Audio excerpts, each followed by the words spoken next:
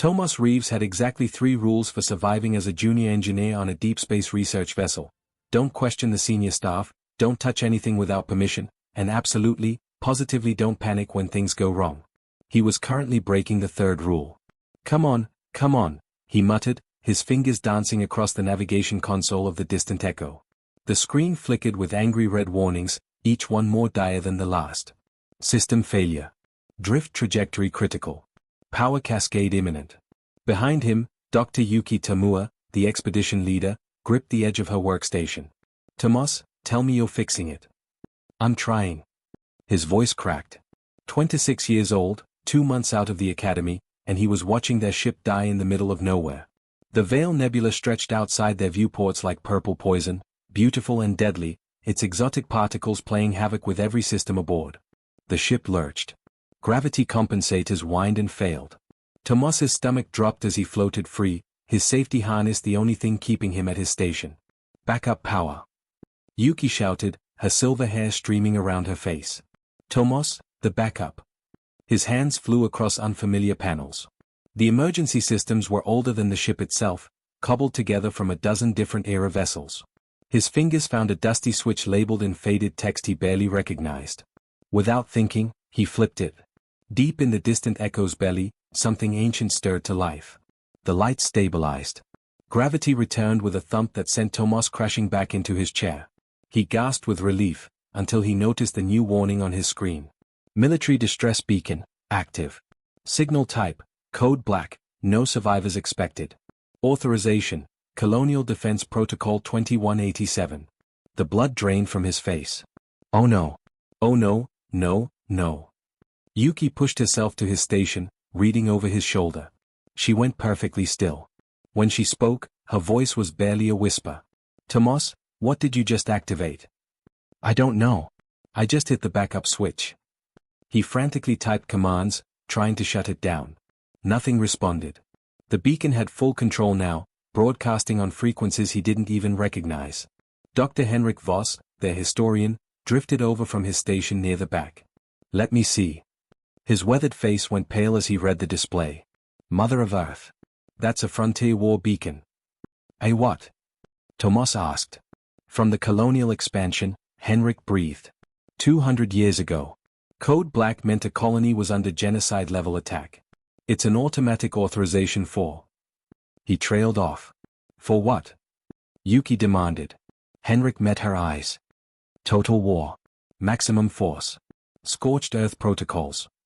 The cabin fell silent except for the steady pulse of the beacon, broadcasting their accidental cry for help into the void. Each pulse carried the weight of centuries-old terror, amplified by the nebula's exotic particles, racing toward human space at faster-than-light speeds. Tomas stared at his shaking hands. Can we send a cancellation? There is no cancellation code, Henrik said quietly. Once activated, Code Black assumes the enemy has compromised communications. Any follow-up messages are considered hostile deception. Yuki moved to the viewport, looking out at the swirling nebula. How long until Earth receives it? Henrik checked his calculations. With the nebula's amplification? Maybe 4 hours. And how long until someone responds? The historian's silence was answer enough. Tomas felt ice settle in his chest. Somewhere out there, humanity was about to receive a message that said their people were dying, that the old nightmares had returned, that mercy was a luxury they couldn't afford. And the distant Echo floated helplessly, unable to take back the lie they'd accidentally told. Fleet Admiral Joanna Keswick was drinking terrible coffee when the galaxy changed. She sat in her ready room aboard the Iron Covenant, reviewing supply manifests with the enthusiasm of someone counting grains of sand. The 7th Warfleet had spent 18 months on peacekeeping duty, which really meant floating in space, looking intimidating, and filling out paperwork. Her crews were restless. She was restless. The alert klaxon shattered the quiet like a hammer through glass. Joanna's coffee cup hit the deck as she lunged for her command panel. Red lights bathed the room. The priority channel crackled to life with Captain Marcus Webb's voice, unusually tight with tension. Admiral, we have a Code Black distress beacon. Colonial-era frequency. Her blood went cold. Confirm that. Confirmed? Signal originated near the Veil Nebula, amplified by exotic particles. Clean transmission. Authentication codes are. Admiral, they're legitimate. 200 years old, but legitimate. Joanna's mind raced. Code Black. The nightmare scenario. She'd studied them in the academy, relics of humanity's bloodiest era when entire colonies vanished overnight, when first contact meant first blood. Beacon identification. Unknown vessel. But Admiral. Webb paused. The signal strength suggests they're under immediate, overwhelming attack. Her jaw clenched. Somewhere out there, humans were dying. Maybe already dead. And whoever killed them was about to learn why humanity had conquered the stars. Sound General Quarters. All ships, combat readiness. I want jump coordinates locked in 5 minutes. Shouldn't we contact Earth Command for? Captain Webb. Her voice could have cut steel. Code Black authorization supersedes standard protocol. We are weapons free, and we are going now. Throughout the 7th Warfleet, organized chaos erupted. The Iron Covenant and her sister ships, 43 vessels of humanity's finest military engineering, roared to life. Cruisers, destroyers, carriers, each one a promise of violence held in check by discipline and honor. Joanna strode onto the bridge, her officers snapping to attention. Navigation, jump solution. Lieutenant Rodriguez's fingers flew across his console. Locked, Admiral. Veil Nebula, coordinates transmitted from the beacon. Weapons, status. Commander Patricia Okonkwo looked up from her tactical display, dark eyes gleaming. All rail cannons charged. Missile batteries hot. Fighter wings prepped for launch. We're ready to turn something into vapor. Joanna allowed herself a grim smile. Good. Because if anyone hurt our people, that's exactly what we're going to do. She settled into her command chair, fingers drumming once against the armrest. All ships, this is Keswick. Someone sent a code black. That means they expected to die. We're going to prove them wrong. She paused, feeling the weight of 43 ships waiting for her next words. And if they're already dead, we're going to make sure their killers regret ever being born. Helm, take us in. The Iron Covenant tore a hole in space and vanished. The Veil Nebula had never seen anything like it. One moment, empty void. The next, reality screamed as 43 warships translated into normal space with thunder that shook the fabric of existence itself. They emerged in perfect battle formation, weapons hot, shields blazing, every sensor array sweeping for targets. Joanna stood rigid on her bridge, eyes scanning the tactical display. Where are they? Where's the enemy? Scanning, Rodriguez called out. I'm reading. Admiral, I'm reading one human ship. Small research vessel, dead in the water. No weapons fire. No debris field. No hostile contacts. What? Joanna moved to his station. The display showed exactly what he described. One tiny ship drifting helplessly, looking about as threatening as a paper boat. Life signs. 7 humans aboard, all alive. Elevated heart rates but no injuries detected. Okonkwo frowned at her weapons display. Admiral, there's nothing here. No enemy fleet, no wreckage, no radiation signatures from weapon discharges. It's quiet. Too quiet. Joanna's instinct screamed. This was wrong. Code Black didn't activate for navigation failures. Hail them. Secure military channel. The view screen flickered. A young man's face appeared, absolutely terrified, eyes wide as moons. Behind him, Joanna could see a cramped research cabin, other faces pressed into frame. This is Fleet Admiral Keswick of Earth's 7th Warfleet. Identify yourself and report your status. The young man's mouth worked soundlessly. Finally, words tumbled out in a rush. Admiral, I'm Tomas Reeves, junior engineer on the Distant Echo. We're a research vessel. We had a navigation failure and I accidentally activated an old beacon. We're fine. Nobody attacked us. It was a mistake. The bridge fell absolutely silent. Joanna stared at the screen. At the scared kid who just pulled the galaxy's biggest false alarm. At the research crew who looked like they wanted to disappear into their bulkheads. Say again? It was an accident. A woman pushed into view, older, silver-haired, clearly the senior scientist. I'm Dr. Yuki Tamura. We had system failures. Tomas activated what he thought was backup power. We didn't know there was a military beacon hidden in our emergency systems. We've been trying to deactivate it for hours. Behind Joanna, someone muttered a curse. She felt 43 warships worth of battle-ready fury suddenly having nowhere to go. Then Rodriguez spoke, his voice tight. Admiral, we have a problem. I'm detecting multiple alien sensor sweeps. Long-range monitoring stations from at least 4 different species. They're all watching us. Okonkwo pulled up the readings. Tertian consensus, mech sovereignty, free traders union. Admiral, they just watched humanity deploy a full warfleet into neutral space. Joanna's stomach dropped. She saw it instantly, the catastrophic diplomatic nightmare unfolding. An accident that looked like aggression. A rescue that looked like invasion. 43 ships primed for war, appearing out of nowhere near alien territories. On the view screen, Tomas Reeves seemed to realize it too. His face went even paler. Admiral, we didn't mean to start a war. Joanna closed her eyes briefly. When she opened them, her voice was steady. Too late, son. I think you already did. Ambassador Quill of the Tertian Consensus had lived through 3 wars, 2 assassination attempts, and 1 accidentally poisoned diplomatic dinner. None of them prepared him for this moment. The emergency council chamber on neutral station Harmony hummed with barely contained panic. Representatives from a dozen species crowded around the holographic display, watching the human warfleet hover near the Veil Nebula like a dagger pressed against the galaxy's throat. Quill's 4 eyes blinked in sequence as he studied the tactical readout. His translator collar rendered his clicking speech into smooth diplomatic standard. 43 warships. Full battle configuration. Deployed without warning into neutral space. He turned to face the assembly. The question before us is simple. Are we witnessing humanity's return to expansionist warfare? Ambassador Shrike of the Mech Sovereignty slammed a metallic appendage against the table. The question is not simple at all. They appeared, fully armed, in a region bordered by 6 different territories. This is provocation at best, invasion at worst. We don't know that, rumbled Councillor Graff, his massive frame dwarfing the other delegates. Humans have been quiet for decades. Why start now? Because they've been building, Shrike hissed. Everyone knows it. Those ships didn't materialize from nothing. They've been preparing. Quill raised a calming hand. His species, the Tertians, had survived by reading between the lines of history. Before we condemn, we should understand. Has anyone attempted communication?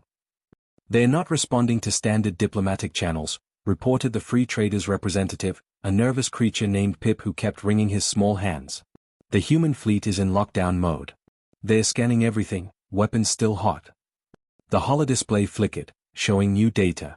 A junior analyst's voice crackled through the speakers. Sirs, we've intercepted fragmentary communications from the human fleet. Cross-referencing with translation databases now. Everyone leaned forward. Quill's primary eyes narrowed as text scrolled across the display. Research vessel, accidental activation. Code Black Protocol, mistake. The chamber erupted. A mistake. Shrike's voice dripped with scorn. They expect us to believe 43 warships is a mistake. Actually, Quill said slowly, his diplomatic mind already assembling pieces, that might be exactly what happened. He manipulated the display, pulling up historical records. Code Black. It's an ancient human military protocol from their colonial expansion era. Automatic response to genocide-level threats. Graff leaned closer. Are you saying someone triggered a 200-year-old emergency system? And humanity responded as if the threat were real. Quill felt a chill. They thought their people were dying. Pip's voice trembled. So this is a rescue fleet, not an invasion force. The difference, Shrike said coldly, is academic. Intention matters less than capability. They brought overwhelming force into neutral space. Whether they meant to threaten us or not, they are threatening us. The display suddenly changed. A new contact appeared, a human diplomatic shuttle, small and unarmed, detaching from the warfleet.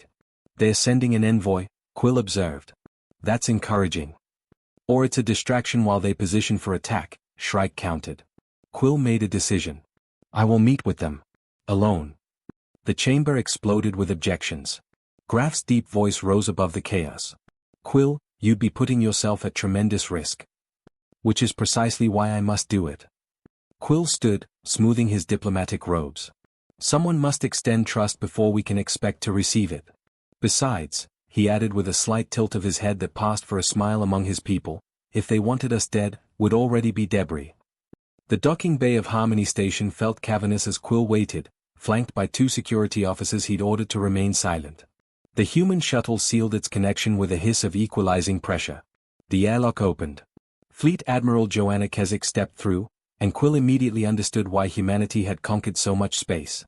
She moved like controlled violence, every gesture precise, her grey uniform crisp despite the crisis. But her eyes, tired, frustrated, almost apologetic, told a different story. "Ambassador Quill," she said, inclining her head. "Thank you for agreeing to meet." "Admiral Keswick." Quill gestured toward a private conference room. "Shall we speak plainly? The galaxy is approximately 30 minutes from declaring you an invasion force." "I know." She followed him inside, waiting until the door sealed before continuing. "I need you to understand, we received a distress call. Our most serious kind. It indicated our people were under attack, possibly being slaughtered. We responded with appropriate force. To find an intact research vessel and no enemy." Quill settled into a chair designed for Tertian physiology. "Quite embarrassing." A muscle jumped in Keswick's jaw.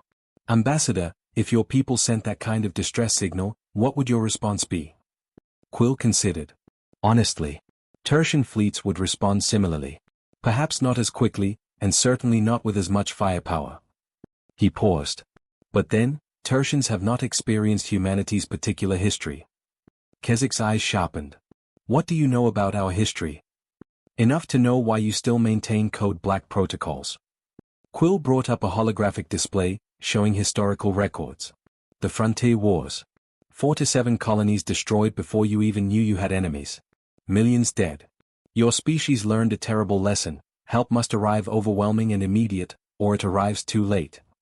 For the first time, Keswick's military composure cracked slightly. "You've done your homework. It's my job to understand why species do what they do." Quill leaned forward. "Admiral, I believe your explanation. But belief isn't enough. Your fleet's presence is destabilizing the region. The mech sovereignty is calling for preemptive strikes. Smaller powers are choosing sides. If you don't withdraw soon, someone will make a foolish decision." "I can't withdraw." Keswick's voice was iron. "Not until I'm certain that research vessel is safe. Not until I know if there are actual threats in this region. And frankly, Ambassador, not until I'm sure that withdrawing won't be interpreted as weakness." "Ah." Quill's translator collar hummed. "Pride." "Security," Keswick corrected sharply.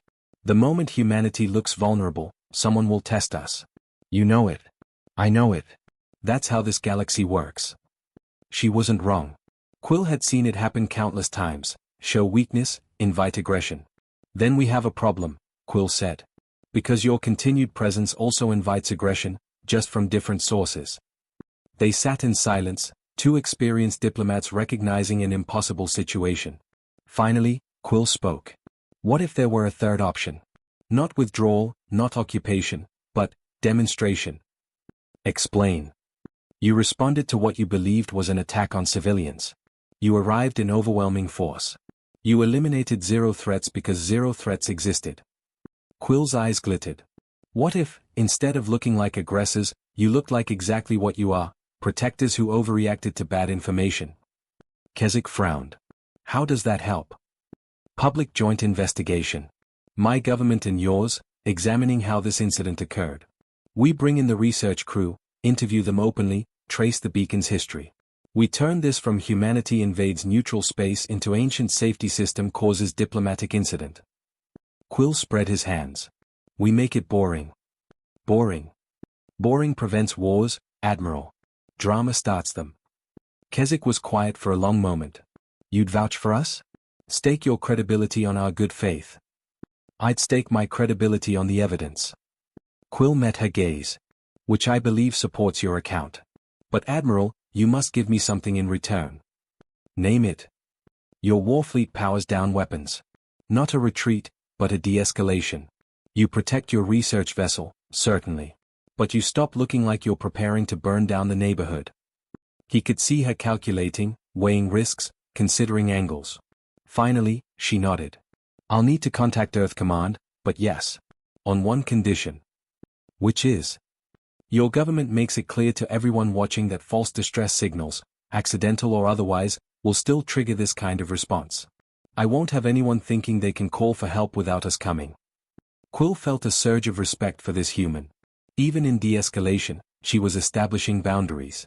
"Agreed," They stood, and Keswick extended her hand in the human gesture of agreement. Quill wrapped 3 of his smaller appendages around it. "Thank you, Ambassador," she said quietly. "You probably just prevented a war." "Perhaps," Quill replied. "Or perhaps I just postponed it. But today, postponement is enough." Epilogue. Tomas Reeves stood at attention in the conference room aboard the Iron Covenant, feeling about 2 inches tall despite the Admiral's chair being empty. Dr. Tamua stood beside him, along with Henrik and the rest of the crew. Admiral Keswick entered, and everyone instinctively straightened further. "At ease," she said, though her tone suggested they'd never truly be at ease again. She studied them each in turn. "So, you're the crew that almost started a galactic war." "Yes, Tomas whispered. "I'm sorry, I didn't know." "Stop." Keswick raised a hand.